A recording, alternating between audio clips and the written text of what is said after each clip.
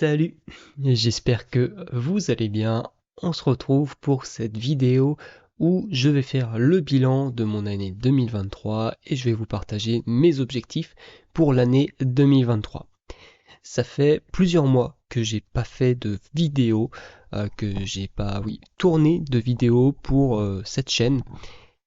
Et je fais cette vidéo justement, ça va me permettre de faire un point avec vous, d'expliquer qu'est-ce qui change dans ma vie, quels sont mes projets et quel est le futur de Pause Budget.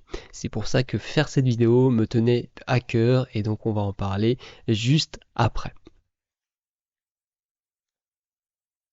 Donc déjà, pour faire le point sur 2023, ça a été une année très différente pour moi. C'est la première année où je ne suis plus étudiant. À temps complet, parce qu'en 2022, je n'étais plus étudiant, mais jusqu'à juillet, jusqu'à juin, j'étais encore étudiant. Euh, et c'est aussi donc le début dans le monde pro du salariat, pas encore de l'entrepreneuriat, pas à plein temps. Je n'en vis pas encore, mais voilà, le début dans le monde pro du salariat et aussi cette année a été marquée par mon voyage de 2 mois et demi en Thaïlande en solitaire, en backpack.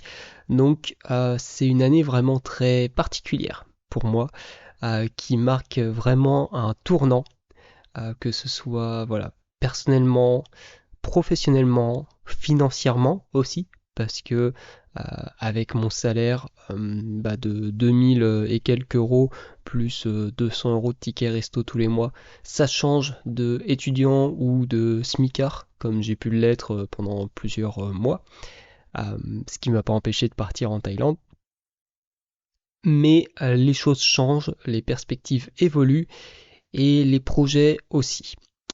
Euh,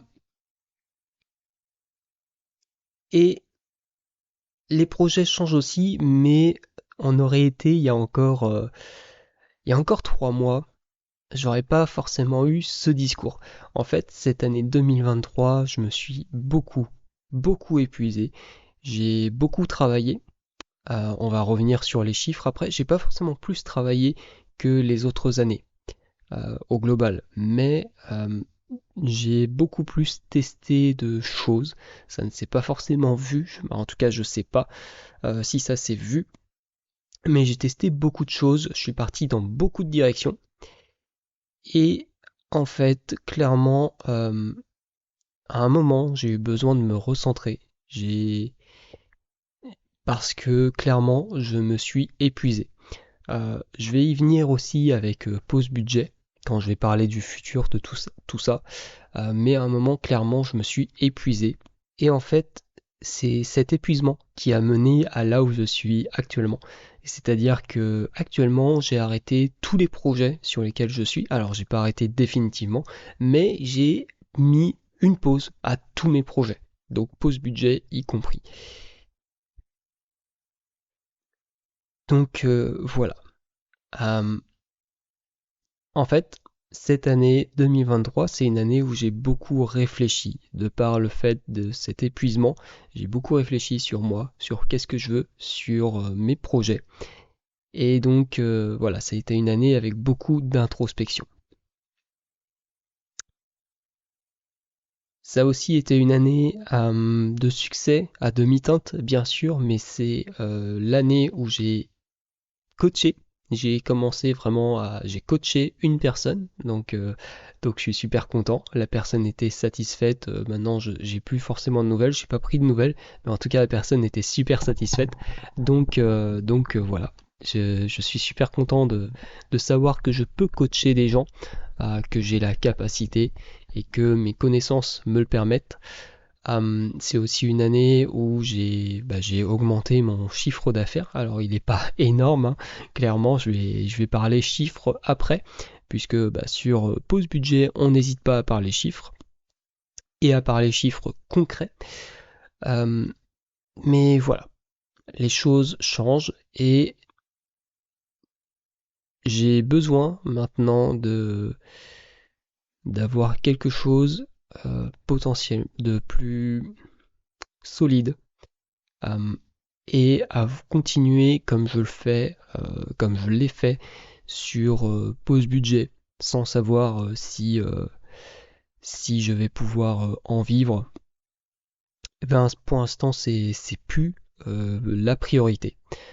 Donc c'est pour ça que j'ai mis un stop, pas forcément définitif, parce que ça me tient beaucoup à cœur, le monde des finances personnelles, le fait d'aider des gens avec les finances, ça me tient à cœur, mais voilà, j'ai mis un stop pour l'instant à ce projet.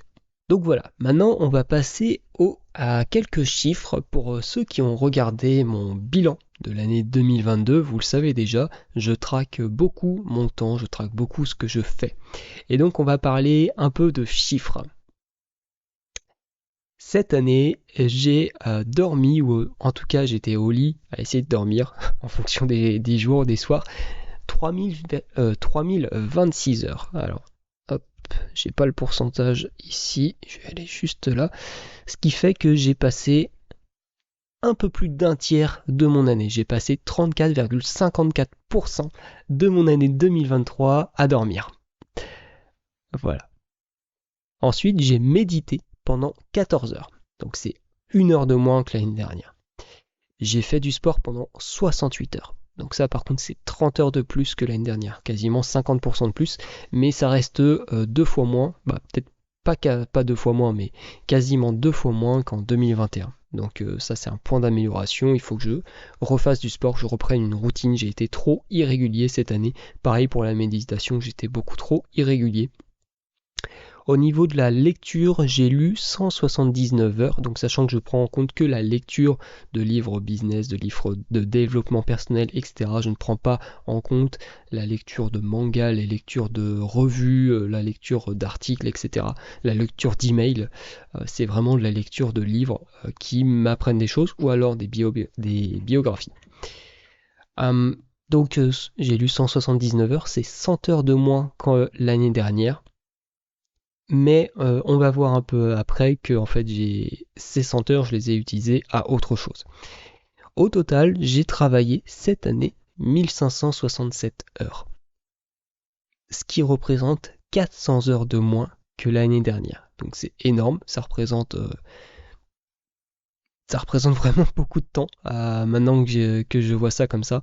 Et sur ces 1567 heures, j'ai passé 644 heures sur mes projets, mes side business, dont 473 heures sur pause budget. Donc voilà, j'ai passé 200 heures de plus cette année sur pause budget par rapport à l'année dernière. Donc j'ai doublé quasiment le temps que voilà, j'ai passé sur ce projet. Ma souris est débranchée, donc je suis obligé de faire avec le clavier. C'est pour ça, c'est pas pratique. Et j'ai travaillé travail professionnel pendant 949 heures. J'ai pas noté d'ailleurs l'année dernière, tant pis. Au niveau de l'apprentissage, je me suis instruit pendant 138 heures cette année. C'est 100 heures de plus que l'année dernière. Et là, on voit justement la balance entre la lecture et l'apprentissage. J'ai passé, là ça devient intéressant, c'est des chiffres que je n'avais pas notés l'année dernière. Ils sont très intéressants, c'est que j'ai passé 164 heures à réfléchir, à me poser des questions sur mes projets, sur ma vie. 164 heures, c'est énorme. J'ai passé, alors là c'est 2 gros points d'amélioration pour 2024. C'est clairement dans mon top 5 des objectifs de 2024. De toute façon, il n'y en a que 5. J'ai passé 87 heures à réfléchir à mes investissements. Et j'ai passé 25 heures à réfléchir à mon budget, à mes finances. Je peux déjà donner un des objectifs pour 2024, c'est de réduire ces deux nombres à 12 heures maximum. Et ensuite, bon, ça je le traque pas, donc je mets tous les ans le même temps. J'ai passé 730 heures à manger, me laver, etc. Donc en gros, je compte 2 heures par jour. Et donc il y a 2900 heures qui ne sont pas traquées. Donc c'est du loisir. C'est voilà, de conduire, c'est être avec la famille, c'est marcher, c'est faire des choses que j'ai pas traquées. Voilà. Maintenant, si on parle chiffres financiers, Non, avant de parler chiffres financiers, on va continuer sur la lecture et quelques autres chiffres. Cette année, j'ai lu 20 livres contre 36 l'année dernière, ce qui fait 5821 pages lues, et j'ai lu à peu près 0,54 pages par minute. J'ai écouté pendant 135 heures des podcasts. J'ai écouté 135 podcasts pendant 99 heures. Et maintenant, on va pouvoir parler argent. Au niveau de l'argent, mes différents projets sur l'année m'ont rapporté en net, je parle, 851,35 euros. Donc on est loin de pouvoir vivre de ces projets. Maintenant parlons des chiffres un peu plus importants. Mon patrimoine. D'ailleurs mon patrimoine, je vais peut-être en parler un peu plus tard. Je vais en parler dans le prochain live budget qui aura lieu fin janvier. Donc je t'invite à t'abonner si tu veux découvrir le patrimoine que j'ai à la fin de cette année 2023, sachant que j'ai commencé cette année avec un patrimoine de 19 893,92 euros. Donc à ton avis, à combien je suis arrivé de patrimoine? Je te laisse me dire ça dans les commentaires. Et voilà, le gagnant, celui qui sera le plus proche, je peux lui offrir par exemple le Budget Manager V3, l'outil du budget que j'utilise. Mais voilà, je te laisse me dire dans les commentaires quel est mon patrimoine en cette fin d'année. Pour ce qui est de mes investissements représentent actuellement 15 676,36 euros et j'ai investi cette année 10 314,53 euros pour un rendement global de l'ensemble de mes investissements sur cette année de 8%. Donc j'ai toute la partie investissement a grandi de 8%. Le rendement est de 8%, ça a grandi de beaucoup plus parce que j'avais 4000 d'investissement début 2023. Mais voilà, le rendement global est de 8%, ce qui est très bien quand on considère que avec Future Infinity, je vais en parler juste après, je suis en perte. Alors sur 4000 euros investis, j'étais en perte jusqu'à 800 euros, je crois. Maintenant, je continue à utiliser un des services de Future et je suis en perte maintenant que de 500 euros, donc je remonte la pente. Mais voilà. Donc c'est plutôt bien de se dire que voilà, j'ai atteint 8% de rendement au global. Si on regarde au niveau de la bourse, effectivement, mon portefeuille, mon CTO, et j'ai fait 22% en un an. Mon PEA, j'ai dû faire... j'ai fait 10% en un an, sauf que juste à la fin, j'ai acheté un ETF Emerging Market. C'est pas un conseil en investissement. Et donc il y a eu des frais et en plus il est tombé un peu plus, donc ça fait que je suis descendu à 8% sur le PEA sur un an. Et voilà. Après, donc c'est essentiellement ça. Si on regarde d'autres investissements, forcément ils sont plus bas. Mon assurance vie qui actuellement est à 8% de rendement, donc c'est plutôt bien aussi. Donc voilà pour les chiffres de l'année 2023. On va parler des chiffres. Je vais faire une aparté sur Future Infinity et après on va parler des chiffres de pause budget. Future Infinity, donc ça fait partie des choses qui m'ont un peu essoufflé cette année, ça fait partie des projets que j'ai lancés, que j'ai essayé, que j'ai testé, dans lesquels je me suis investi cette année et qui n'ont rien donné. Et effectivement, ça contribue beaucoup à l'essoufflement que j'ai ressenti en milieu et fin d'année 2023. Donc Future Infinity, comme j'ai pas fait de vidéo bilan dessus, j'ai pas fait une vidéo pour dire que j'arrêtais, j'ai juste écrit un commentaire sous ma première vidéo pour décrire Future Infinity parce que c'est la vidéo qui a fait le plus de vues et qui continue à faire le plus de vues sur l'ensemble des vidéos dédiées à cette entreprise. Et donc j'ai fait un commentaire épinglé. Maintenant je vais pouvoir en parler un peu. Future Infinity, j'ai arrêté, comme je viens de le dire, je continue un service. Mais j'ai arrêté d'en parler et j'ai arrêté la plupart des services pour 3 raisons. La première, c'est que je perdais de l'argent.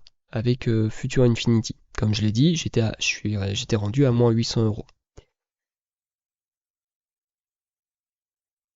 La deuxième raison, c'est que si je perdais de l'argent, c'est aussi pour deux raisons principales. C'est pour une raison, c'est qu'en fait, je travaillais à côté, j'avais un métier. Et là où je travaille, on capte quasiment pas Internet. Donc en fait, quand je recevais par exemple une alerte trading, eh bien, des fois, il fallait plusieurs minutes pour que je puisse prendre l'alerte, même si je la voyais, mais que je puisse prendre l'alerte parce que je captais mal. Donc forcément, les niveaux sont pas les mêmes. Ou des fois, quand je voulais vendre, eh ben, ça vendait, mais un peu plus tard. Donc le prix pouvait avoir monté, descendre. Et donc, ça fait qu'à chaque fois, les rendements étaient pas ceux que j'aurais dû avoir si j'avais une bonne connexion. En plus, comme je travaillais, eh bien parfois je loupais des trades. Je pense là principalement euh, au trading, comment dire, au trading sur l'or sur lequel j'ai beaucoup investi. Euh, et aussi, bah, tout simplement, j'ai fait des erreurs. Il y a des fois, je me suis senti pousser des ailes. Donc voilà. Le fait est que comme je loupais des trades, en fait la plupart des trades que le trader proposait étaient des trades gagnants. Mais comme j'en loupais, on va dire 1 sur 3, eh bien je loupais beaucoup plus de trades gagnants que de trades perdants. Donc ce qui fait que mon pourcentage de trades perdants était beaucoup plus important que ce que le trader avait réellement. Et comme les trades perdants font perdre plus d'argent qu'un trade gagnant en fait gagner, eh bien ça fait que ma balance était négative alors que la sienne était positive. Donc, ce qui se passe, c'est pas que je n'ai plus confiance en Future Infinity, même s'il y a des choses qui me dérangent dans l'entreprise, mais j'ai arrêté parce que ça ne me convenait pas en fonction de ma situation personnelle et j'ai arrêté d'en parler malgré que je suis convaincu qu'on peut gagner de l'argent avec les services de Future, parce que justement, je ne veux pas que des personnes investissent avec Future Infinity dans l'espoir de faire des très beaux rendements, ce qui est possible. Moi, je vais pas parler Bah si, je vais en parler, mais euh, moi là actuellement, comme je l'ai dit, ça fait 2-3 mois, j'ai des rendements de 2-3% par mois, ce qui est intéressant. Euh, mais je veux pas que des personnes qui, par l'appât du gain, vont aller investir de l'argent qu'ils ne sont pas prêts à perdre et donc se mettre dans des situations compliquées. Je sais que parmi les personnes qui me suivent, on est sur les finances personnelles, donc il y a des personnes qui sont en difficulté financière. Je reçois des messages de personnes qui ont des difficultés financières et qui cherchent comment gagner plus. Et je sais pertinemment que certaines de ces personnes seront tentées de rejoindre Future Infinity pour essayer de gagner de l'argent et au final vont perdre des centaines d'euros et c'est de l'argent qu'elles ne peuvent pas se permettre de perdre. Pour ces raisons, j'ai décidé d'arrêter d'en parler. Et en plus, ça me prenait beaucoup de temps et donc ça m'essoufflait et donc j'ai arrêté. Maintenant, comme je l'ai dit, je continue un seul service, c'est le service de copier-coller crypto. Je le continue, mais toujours j'investis de l'argent que je suis prêt à perdre. Donc voilà pour la petite aparté Future Infinity. Maintenant, si on regarde les chiffres de pause budget cette année. Sur YouTube, donc j'ai fait 90 726 vues, donc c'est 30% de plus que l'année dernière. Il y a 3425 heures de visionnage cette année, donc c'est quasiment 1000 heures de plus que l'année dernière. Il y a 1134 nouveaux abonnés, donc c'est similaire à l'année dernière à 10 près. Et j'ai sorti 138 vidéos comparé à 76 l'année dernière et comparé à 20 vidéos en 2021. Donc j'ai sorti le double des vidéos et j'ai sorti quasiment 7 fois plus de vidéos qu'il y a 2 ans. Les shorts sont compris dedans, mais voilà, j'ai sorti beaucoup de vidéos. Sur Instagram, on s'en fout, j'ai fait 7000 vues. Sur TikTok, j'ai fait 53 000 vues. Vous êtes 600 à vous être abonnés. Alors 600 personnes à vous être abonnés à la liste email et à et à être resté actif. Si je prends toutes les personnes qui sont inactives, depuis le début, on a dépassé les 1000, mais à être actif. J'ai vendu pour 45 personnes, donc des produits, des formations, le Budget Manager V3, ou même des coachings. D'ailleurs, j'ai vendu 15 Budget Manager V3 et j'ai passé 55 heures à travailler sur le Budget Manager V3 versus 20 heures en 2022. Donc voilà, ce qui fait que j'ai gagné 17,8 € cette année grâce à Pause Budget. Et j'ai passé 260 heures à créer du contenu, c'est 100 heures de plus que l'année dernière.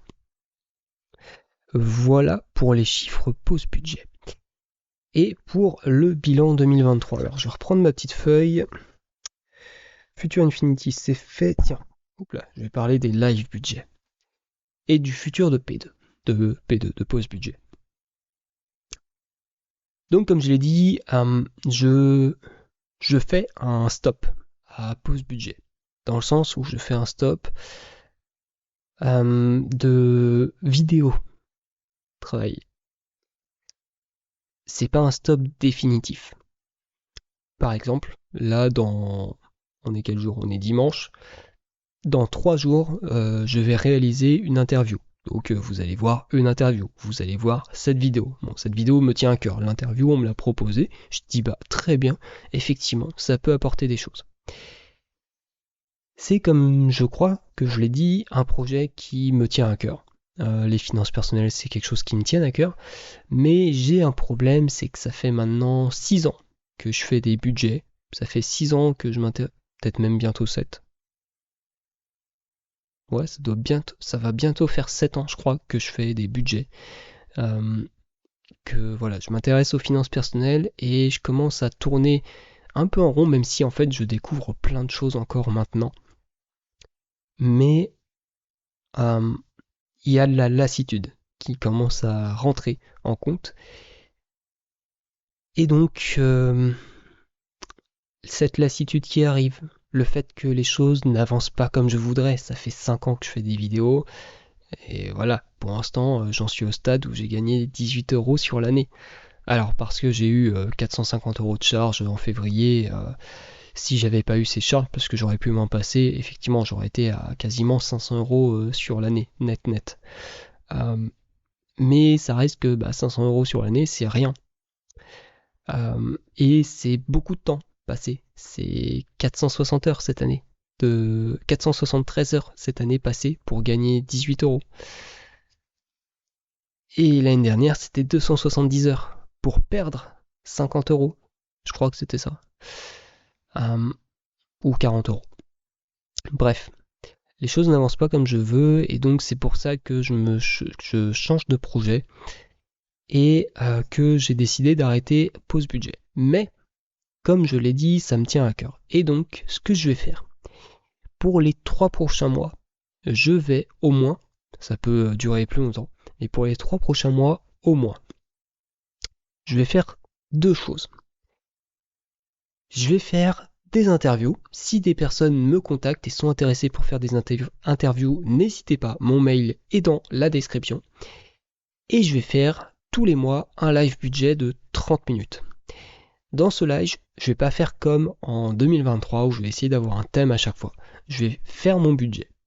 S'il y a des personnes qui se connectent, on va pouvoir discuter. Je vais pouvoir répondre à vos questions. S'il y a personne qui se connecte, je ferme le live et j'arrête. Je vais faire ça au moins 3 mois, donc au moins 3 fois.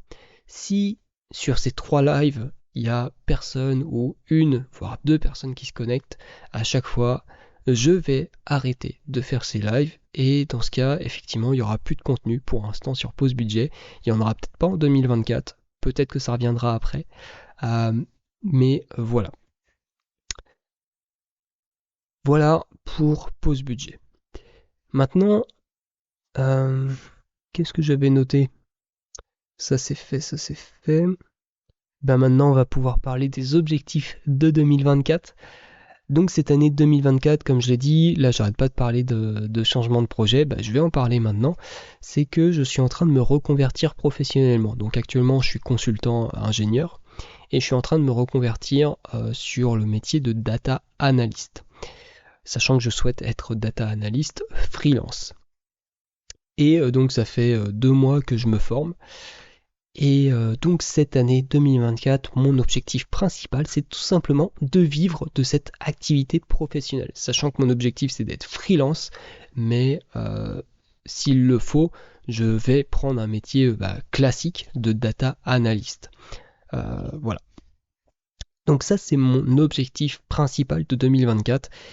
Et comme cet objectif va me permettre d'aller beaucoup plus loin, beaucoup plus vite après sur tout le reste, c'est pour ça que j'ai décidé d'écarter tout le reste et de me concentrer à 100% sur cet objectif. Je t'invite d'ailleurs, je vous invite, ou non, je t'invite, toi qui regarde, qui est derrière ton écran, je t'invite également à avoir un objectif comme ça, très clair, très précis, et en avoir un seul qui va être vraiment ta guideline, ton, ta route que tu vas devoir suivre, qui va te dire la route que tu dois suivre. Ensuite, j'ai un autre objectif, c'est d'améliorer mon système, d'avoir un système d'organisation efficace. Donc en fait, j'avais déjà testé ça peut-être en 2022, et là, fin 2023, j'ai commencé à refaire ça, c'est un second cerveau. Sauf que ce qui se passe, c'est que pour l'instant, je n'arrive pas à mettre toutes les connaissances dedans. Donc un second cerveau, moi j'utilise Obsidian, c'est en fait un logiciel dans lequel on va pouvoir mettre différentes notes, donc des notes de connaissances, des notes, voilà. Tu mets ce que tu veux dans les notes, mais moi ça va être essentiellement des notes de connaissances. Et en fait, on peut relier ces notes après, et ce qui permet de relier toutes ces connaissances, de créer un cerveau de connaissances. Et en fait, pour l'instant, j'ai créé ce second cerveau, mais le système avec toutes les informations que je reçois et que je souhaite garder, et bien en fait, j'en reçois trop par rapport à l'efficacité de mon système pour mettre ces notes dans mon second cerveau. Donc mon objectif, c'est de vraiment réussir à améliorer ce système pour ne plus prendre de retard, parce que là par exemple j'ai 640 mails de retard rien que sur ma boîte mail Orange, sans compter ma boîte mail Gmail dans laquelle j'ai noté plusieurs heures de notes. Donc ne plus avoir de retard sur mes mails et réussir à mettre toutes mes connaissances acquises jusque-là sur mon second cerveau. C'est-à-dire tout ce qui va être les formations que j'ai suivies, tout ce qui va être les livres que j'ai suivis. J'ai un classeur. Et derrière moi, je ne sais pas si vous le voyez, j'ai un classeur épais comme ça des résumés des livres, parce qu'avant je faisais mes résumés à la main, que j'ai lus depuis 2019, 2018. Ensuite, j'ai aussi toutes les connaissances qu'il y a dans mes propres formations, que je vais regrouper en un seul endroit.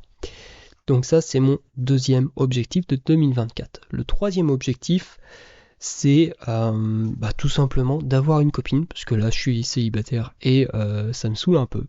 Donc je vais me donner les moyens d'avoir une copine en 2024. Le quatrième objectif, c'est d'atteindre 14 000 euros d'épargne pour la Mustang. Et le cinquième objectif, c'est de passer maximum 12 heures sur mon budget et maximum 12 heures sur mes investissements. Donc voilà pour mes objectifs de l'année 2024. Si on peut faire un point, c'est que cette année, je vais essayer de vraiment simplifier ma vie, simplifier toute mon organisation, simplifier mes tâches, simplifier tout ce qui rentre, tout ce qui sort, pour que tout soit le plus fluide possible, pour que j'ai le moins de choses qui me tracassent au quotidien. Et je t'invite vraiment à faire ça aussi. J'ai quelques conseils, j'avoue que je les ai pas notés, donc si j'en oublie, tant pis. Mais en tout cas, il y en a un qui me vient actuellement, c'est... Tiens, il y en a un deuxième qui arrive, donc c'est parfait. C'est que je t'invite, vraiment, je vous invite à avoir une mentalité de progression. C'est-à-dire ne pas essayer de tout faire d'un seul coup. Les bonnes résolutions de début d'année ne tiennent jamais parce que les gens vont passer de rester devant la télé à aller à la salle de sport 5 fois par semaine. C'est pas possible. Ça fait un choc qui est trop important. Donc je t'invite vraiment à avoir cette mentalité de progression où tous les mois, pas toutes les semaines, tous les mois, tu vas essayer d'aller un peu plus loin. Par exemple, moi, je fais du sport tous les matins. Je fais aussi du sport le soir. Alors pas tous les soirs, 3 fois par semaine, mais j'ai du mal à reprendre ça. Donc là, au mois de janvier, je vais juste valider mes habitudes de faire du sport le matin. En février, je vais faire une séance de sport le soir dans la semaine. En mars, 2 séances. En avril, 3 séances. Et ça va être comme ça pour tout. Je vais essayer d'augmenter progressivement, de faire un cran au-dessus tous les mois. Et ça va te permettre d'aller beaucoup plus vite. Moi, en 2023, une des choses que j'ai remarqué, c'est que en début d'année, j'étais tout feu, tout flamme. J'ai essayé de faire plein de choses. Ça n'a pas réussi. J'ai fait mon voyage en Thaïlande. Donc là, c'était une pause, on va dire. Je suis revenu, j'ai essayé de faire plein de choses. Ça n'a pas réussi. J'ai continué ma vie. Et en fin d'année, j'ai essayé de faire plein de choses. Ça n'a pas réussi. Et les seules choses qui ont réussi en 2023, c'est les choses qui, petit à petit, ont progressé d'elles-mêmes sur l'année. Donc vraiment, je t'invite à avoir cette mentalité de progression, d'augmenter petit à petit les choses. Et en fait, tu vas te rendre compte de l'effet cumulé et de à quel point en fait on a le temps. La vie passe hyper vite, mais c'est pas parce que tu vas louper 4 séances de sport sur le mois que ça va changer ta vie. Franchement, tu pourras faire 4 séances de sport en plus en février. Et en mars, tu vas tenir tes 8 séances de sport ou tes 4 séances de sport sur le mois. Alors que si tu avais commencé par faire 8 ou 4 en janvier, tu n'aurais pas forcément tenu en février et tu n'aurais pas tenu en mars. Donc voilà, adopte cette mentalité de progression, c'est un conseil que je peux te donner de par mon expérience. Le deuxième conseil que je voudrais te partager, c'est tout simplement que, bah tiens, j'en ai un autre qui arrive, c'est que les objectifs ne servent à rien. Bon, il est très lié celui-là, mais c'est qu'il faut mettre en place des systèmes. Donc il faut mettre en place des choses qui te permettent d'avancer quotidiennement et non pas avoir un objectif. Un objectif ne te sert à rien. À la rigueur, un objectif peut juste te donner un point d'arrivée. Sauf que si tu n'as pas de système, tu n'as pas de chemin pour arriver à cet objectif. Alors que si tu as un système, même sans objectif, tu vas continuer à avancer. Tu vas progresser. Et peut-être qu'un jour, tu vas te dire « Ah bah tiens, je suis déjà rendu au sommet de la montagne. » Et en fait, tu t'en seras pas rendu compte. C'était même pas ton objectif. Mais tout petit à petit, jour après jour, avec ton système, tu grimpais la montagne. Et à la fin, au bout de plusieurs mois, t'es rendu en haut et tu t'en étais pas rendu compte. Les systèmes sont beaucoup plus importants que les objectifs. Et enfin, le troisième conseil, c'est celui que j'ai en tête depuis le début, mais du coup, je le disais pas, c'est que ça revient encore au même. Hein. Les choses importantes en fait se rassemblent. C'est de ne pas te donner d'objectifs trop stricts, trop chiffrés. C'est un mauvais exemple parce que je t'ai donné des objectifs chiffrés, mais encore pas que. Mais